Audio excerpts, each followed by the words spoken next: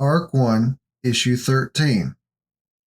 Now what? Asked Eric, looking at the four doors with a confused stare. We try one and see what lies beyond, of course. Amara clasps her hands together excitedly. I can't wait.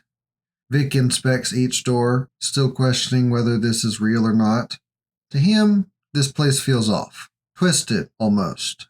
But each door holds a secret that may reveal a great reward at the end. Each door has a symbol. In clockwise fashion, starting from where we faced when we appeared here, we have a book, a flame, a skull, and a gear. Any guesses what they hold? In my experience, states Alora, skulls are rarely a good sign. Amara picks at her lip, lost in thought. We could do them in order. So, book first? The others nod in hesitant agreement. And with that, Amara steps through the smokescreen to the book room, the others close behind. The group finds themselves in a circular library, shelves of title-less books lining the outer ring. A glass case sits in the middle of the room atop a marbled stone pedestal. Etched into the front of the pedestal is a phrase, written in a distant tongue. Vic's eyes light up like a child gifted first dibs on a mountain of candy. I recognize that script. It's a current dialect. Vic immediately rushes towards the pedestal to examine it. So what? Eric says with a belch. What does it matter what language they chiseled into stone? The stone's not even that great. Any dwarf could make that. Oh, hush you. Let's see if Vic can translate it. Amara motions to Vic. What do you think it says? Vic traces a finger over the etching, softly mumbling to himself. I think it's a riddle. Let me see.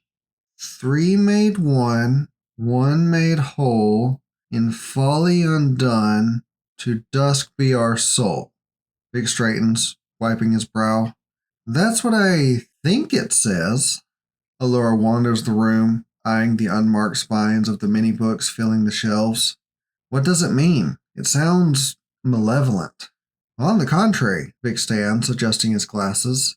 If this is the tower of a current mage, then it probably references a book of their history. The 3 founding nations that became the Kerr Empire, the unity that spread while Kerr existed, then the undoing of Kerr at the end of the Third Age. Actually, look for books on the river Styx. Eric flips through a few books, bored out of his mind. Alora scans the covers of several, looking for the requested topic. Amara acquires a pile nearly her own height as she searches hungrily. After several moments, Eric opens a 4th book. Why do we care about Styx and rivers anyway? Like, this book doesn't make any sense. He chucks the book he held over his shoulder. The book clatters to the ground as Vic stares, wide-eyed. River Styx, not River of Styx. He tentatively picks up the discarded tome, something you wouldn't understand.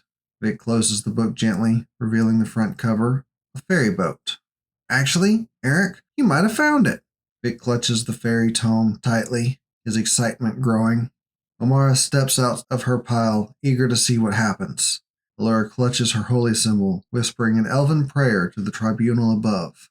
Vic places the tome Eric discarded under the glass on the pedestal. He steps back and watches, his fists aching from clutching them so tightly.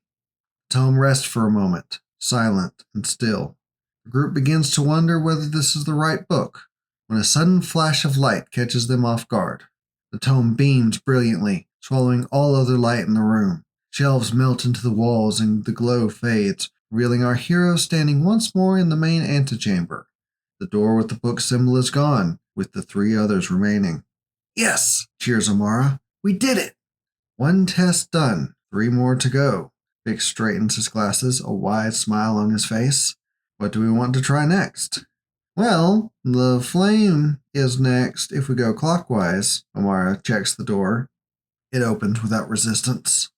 Anyone that can't take the heat, stay out of the roasting pit. See you on the other side. Amara jumps through. Does she ever slow down? Eric asks with a humph. Vic chuckles a little nervously. Not really. She's kind of full energy all the time. We should move on.